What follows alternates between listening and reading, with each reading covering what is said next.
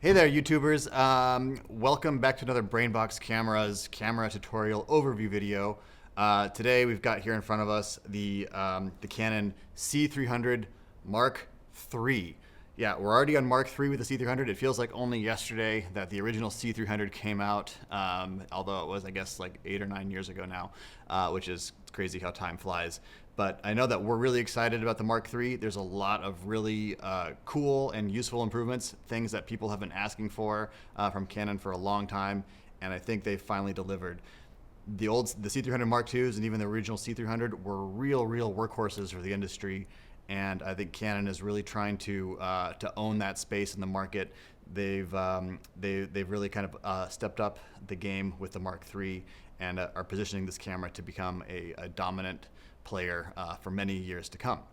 So I'm going to go ahead and just give you a quick overview of the camera. We're going to talk about all the new things that the Mark III has to offer. I'll talk to you about all the ergonomic stuff that I really like about this camera. We'll mention some of the things that this camera might have some shortfalls with as well. And then we'll also have some footage samples from real world applications shot with the Mark III so you can see how it looks for yourself.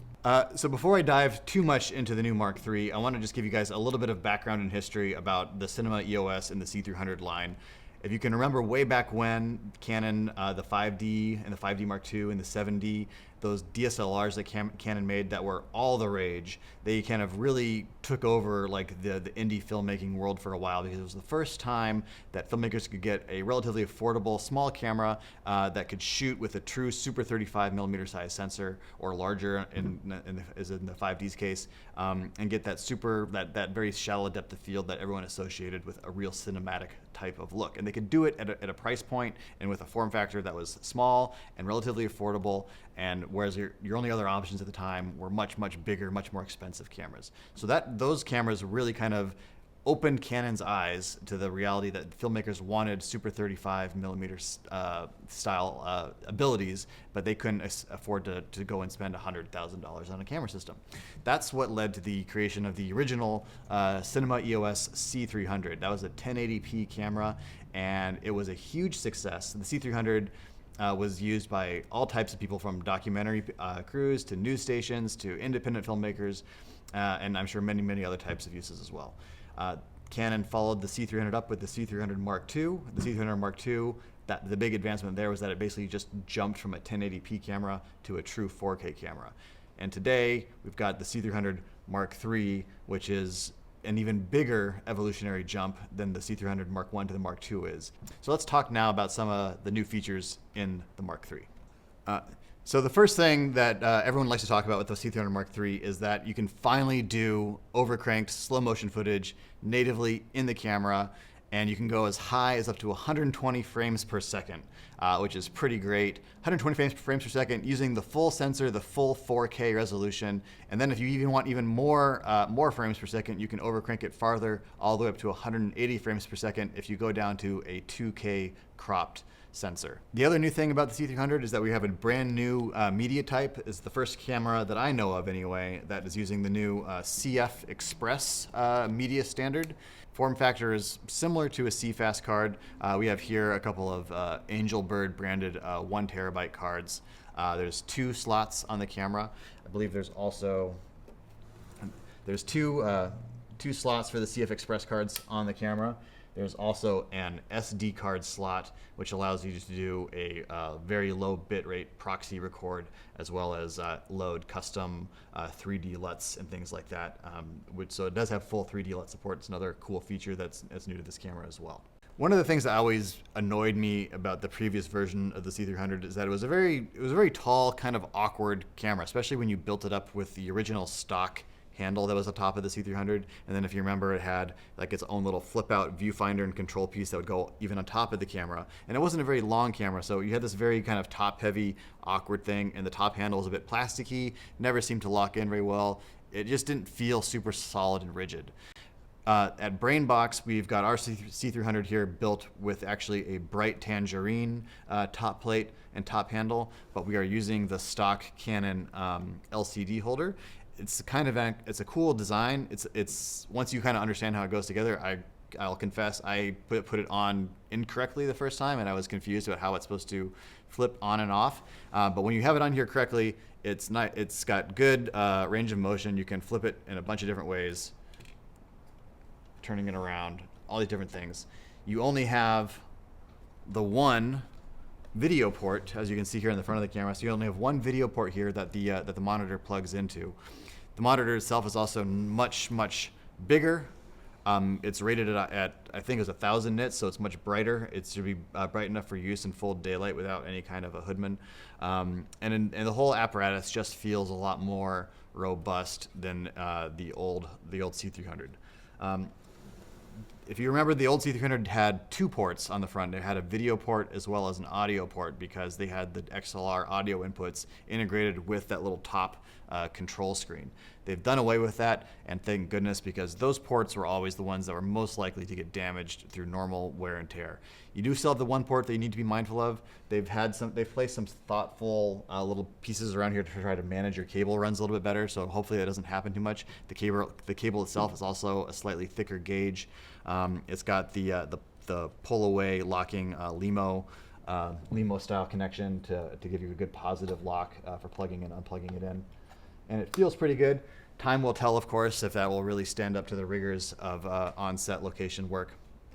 So you'll notice that we've removed the stock C300 handle in favor of a bright tangerine top plate and top handle. Not because the stock one is bad, actually, it's a big improvement over the old one. But we just really like the bright tangerine stuff here, and we did want to get a full component of some third-party manufacturers' stuff to round out this camera, and bright tangerine is probably one of the best ways you can go about doing that. Their top plate has a wider range of mounting holes. It's very customizable. You can slide with this little release pin here. You can slide this back and forth as needed, or to go completely off to adjust for different builds, different lengths. And the LCD bracket has various mounting positions for it here as well. We also have bright tangerine 15 mil bridge plate and a 12-inch bright tangerine dovetail, all made very high quality. We really like their stuff here, so thank you guys at Bright Tangerine for helping us out with all that stuff. Something else to notice about this camera is that we have it built up, and we'll probably leave most of our C300s at BrainBox built up with this expansion module that I already have bolted here onto the back. I believe they call this the EUV2 or some odd designation like that. This module, as are a number of other upcoming modules from Canon, are actually all compatible with both the C300 Mark III as well as the C500 Mark II. The C500 Mark II is in some ways the bigger brother, bigger sister for this camera. It's a full frame camera that's significantly more expensive, but the body, if I remove this module, the body style is almost identical. You won't be able to tell the difference between the Mark III body and the C500 Mark II body other than the branding. This is not a full frame sensor camera. Obviously, this is only a super 35mm sensor. And we can talk more about the debate between how the industry seems to be moving towards a more full frame dominated industry, but I think there's still a lot of people, especially people that are using this level of camera, that benefit from having a slightly smaller super 35mm sensor. People that don't want to have that razor thin focus all of the time. People that have a stock of glass that only covers super 35 and want to be able to use that on the latest cameras and stuff. So I think full frame cinematography is certainly not going anywhere, but I think Canon was wise to make their C300 Mark III kind of their flagship of their Cinema EOS line, to keep it at the same super 35mm size. So with that said, let's talk a little bit about the sensor. So this has a brand new sensor, a brand new native 4K super 35mm sensor, as well as a brand new image processor computer essentially behind it.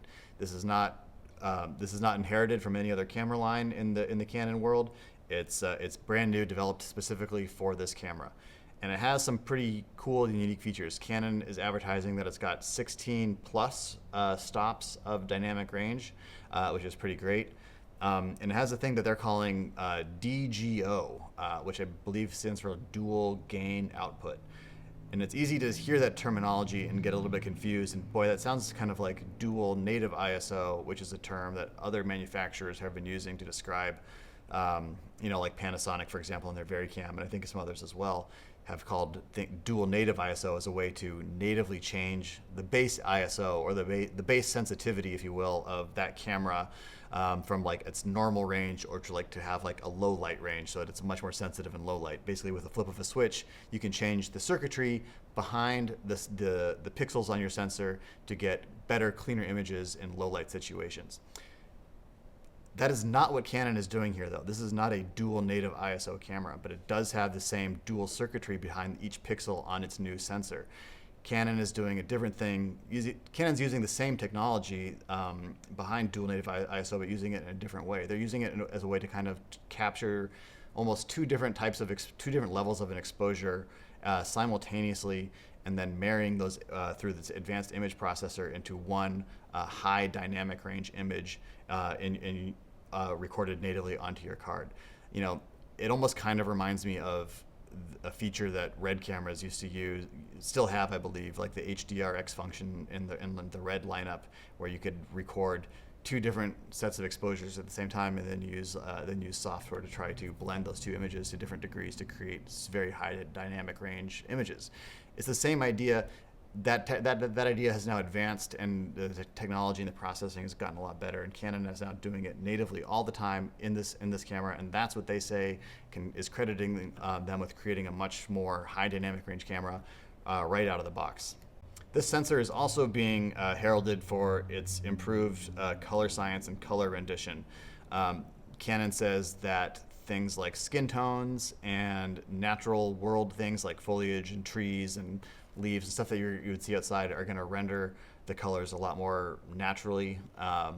Some people complained that the Canon look, or the Canon color space look of some of their older Cinema EOS lines of cameras had a particular look to it, and I think that that's true to a certain extent. A lot of people liked that look, but I think if you really analyze the skin tones, some people would rightfully say that Canon skin tones might have looked a little bit plasticky or something like that. This camera's got a brand new image processor behind its sensor, and its skin tones and color rendition overall has been greatly improved. Many people comparing it to Alexa style color science. I don't know if I would go that far. We haven't had enough time to really play with it, but I believe it's gone a long ways to creating more realistic, natural images.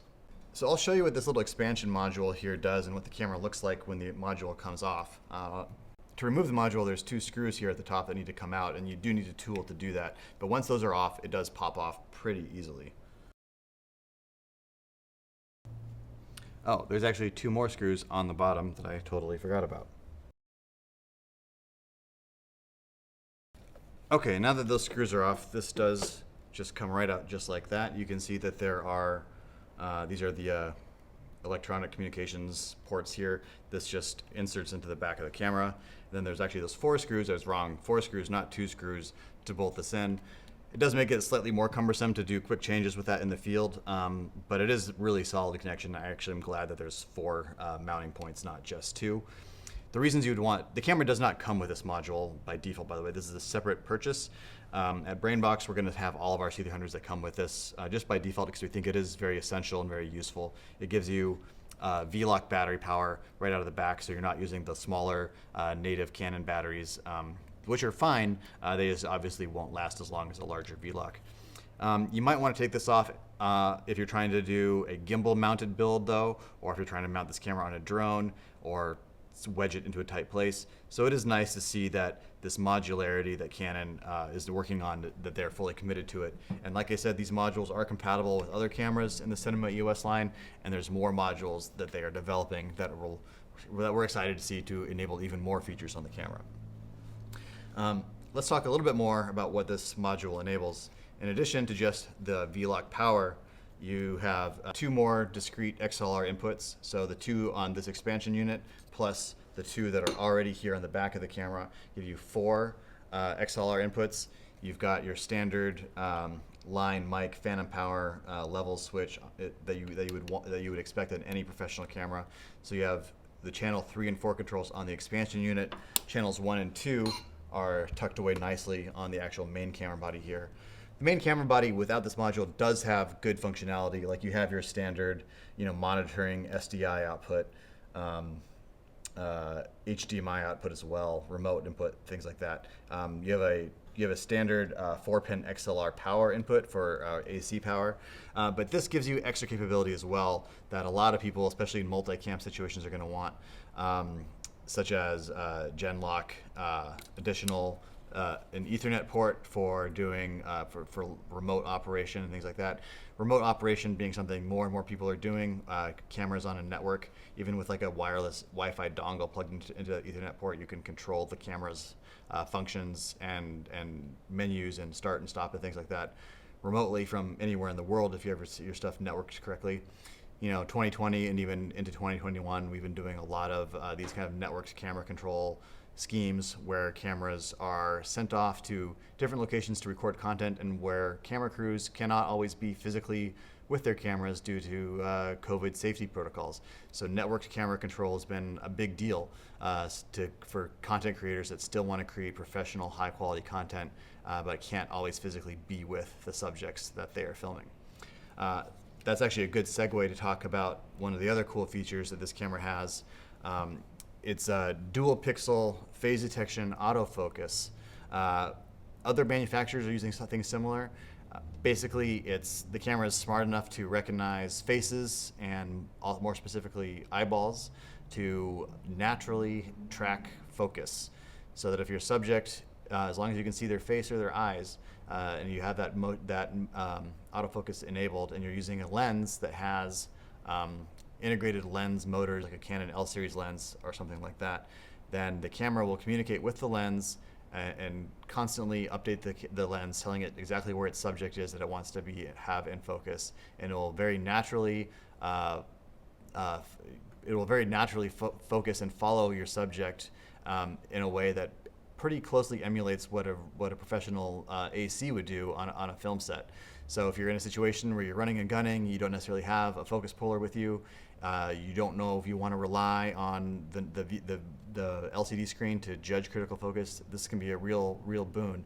Also, of course, for remote shoots, when people are trying to film themselves remotely and they might not be super experienced camera people, this autofocus can still get them excellent professional results that'll be in focus every time.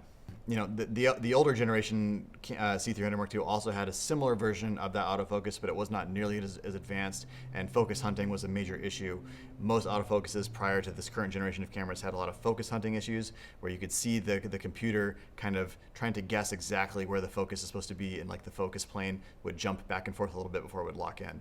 The new algorithms that are in these cameras do away with that all entirely, so that there's no focus hunting and it looks natural and it's not distracting to the viewer.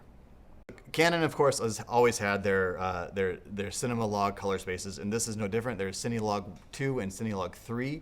They're two different flavors of their desaturated, high color information containing profiles in these cameras to give you a lot of latitude in your post-production coloring process.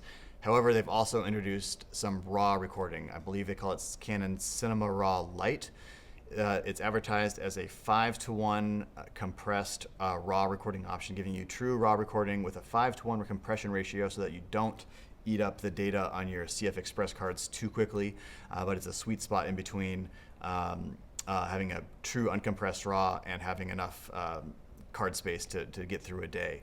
This 5:1 Cinema RAW Lite is going to be supported by all the major NLE manufacturers, and with that RAW recording image, there's a lot of metadata values you can then change in your post-production process, in addition to just your standard things that you do with color. So it's pretty cool to see more and more camera manufacturers that are kind of at this mid-tier camera position in the market embracing these raw video workflows.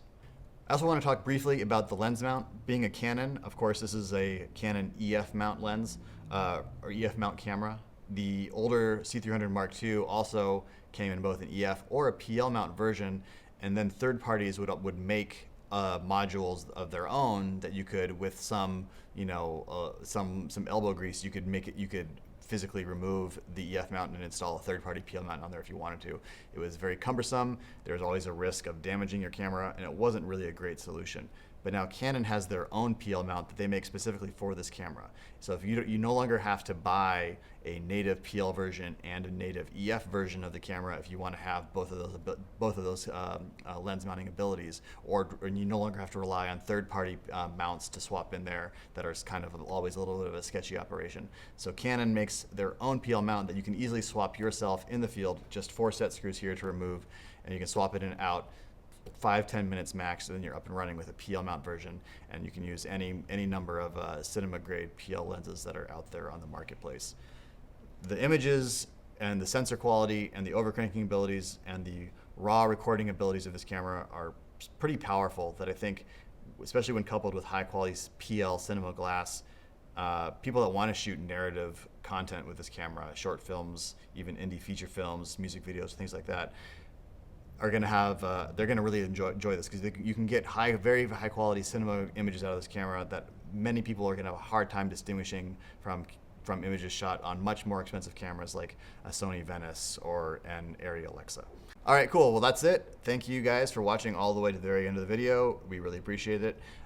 If you mentioned that you watched all the way to the end of the video, we'll give you a free BrainBox t-shirt next time you come by. Or even if you don't watch to the end, we'll give you one anyway. Anyway, thanks for checking this out, and we'll see you in the next one.